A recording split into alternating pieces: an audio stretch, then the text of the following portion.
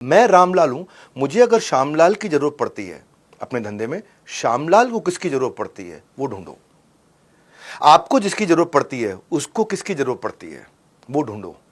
आपको जिससे काम पड़ता है उस आदमी को किससे काम पड़ता है, अगर उसको जिससे काम पड़ता है वो आपका हो गया तो ये तो अपने आप आपका हो जाएगा। ये है मेन मुद्दा, समझना ध्यान से। एक्सपोर्ट का बिजनेस इनका चल रहा था, एक्सपैंड करने की ये सोचते थे। कंपनियों को जब तक चेन ना बन जाए तब तक चैन से नहीं बैठते थे। और उनको अपॉर्चुनिटी कहां मिली, एक अपॉर्चुनिटी हुई, ये ढूंढ रहे थे सारी अपॉर्चुनिटीज को, तभी इंडियन गवर्नमेंट ने एक्सपोर्ट प्रमोशन स्कीम अनाउंस कर दी और कॉटन सिंथेटिक क्लोथ्स को एक्सपोर्ट करने पर सब्सिडी मिलने लगी।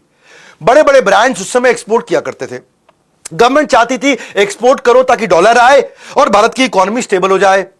तो अंबानी समझ गए, इन्होंने कैप्चर कर ली विंडो ऑफ अपॉर्चुनिटी। बोला ये है विंडो ऑफ अपॉर्चुनिटी, एक्सपोर्ट के धंधे के अंदर जो एक्सपोर्ट कर रहा है पहले उसको सप्लाई करता हूं, वहां के थ्रू धंधा बिल्ड करूंगा, बाद में मैं अपने आप भी एक्सपोर्ट कर लूंगा। टेक्सटाइल बिजनेस शुरू करने का सही समय है। और इंडिया में टेक्सटाइल बिजनेस शुरू करना मुश्किल बहुत था। मुश्किल इसलिए था क्योंकि उस समय वहां पे जिन्होंने पांव जमा रखे थे, जो अंदर बिल्कुल पैठ बना के अपनी बैठे पड़े थे, जो पुराने लोग थे, मजबूत लोग थे, उनका नेक्सस था। वो नए ट्रेडर को रॉ मटेरियल लाने में दिक्कत, पीछे सप्लायर के साथ दिक्कत, आगे बेचने में दिक्कत, ना पीछे से माल ले सकते ना आगे दे सकते।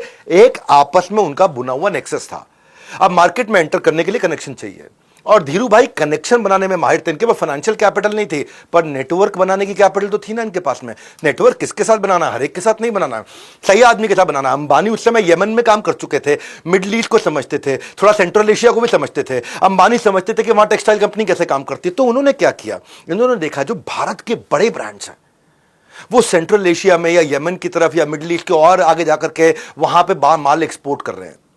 तो इन्होंने क्या किया, अगर मेरे को बड़े ब्रांड की जरूरत पड़ती है, उसको वहां पे यमन में किसकी जरूरत पड़ती है, उसको मिडिल ईस्ट में किसकी जरूरत पड़ती है, वहां के जितनी बड़ी कंपनी के परचेज हेड थे उनके साथ रिश्ता बना लिया इन्होंने। ऐसा रिश्ता बना लिया कि अब ये ब्रांड जो है ना, इनको काम तो इन्हीं से पड़ता है ना, तो कभी दिवाली गिफ्ट भेज दूं, कभी होली गिफ्ट भेज दूं, कभी कुछ भेज दूं, कभी कोई मिठाई भेज दूं, कभी कोई चिट्ठी भेज दूं, कभी कोई रिश्ता बना लूं, कभी ऐसे हेलो बोल लूं, क्या हाल है सेठ जी, क्या खबर है। तो धीरू भाई अंबानी को टेक्सटाइल मैन्युफैक्चरर की जरूरत थी जो एक्सपोर्ट इनको करेगा, और उनको रॉ मटेरियल देना चाहते थे, बड़े ब्रांड्स को रॉ मटेरियल देना चाहते थे, पर वो इनकी सुनते नहीं थे। अब क्यों सुनेंगे, ये किसकी सुनता है, जब वो मेरे दोस्त बन गए, यानी कि यमन में परचेज हेड, यानी कि मिडिल ईस्ट में बड़े परचेज हेड मेरे दोस्त बन गए, तो धीरू भाई अंबानी यहां समझ गए कि टेक्सटाइल मैन्युफैक्चरर्स को उन परचेज हेड की जरूरत है, और परचेज हेड से इनको फोन कराया, सारे बड़े बड़े ब्रांड्स को इनको फोन करवाया।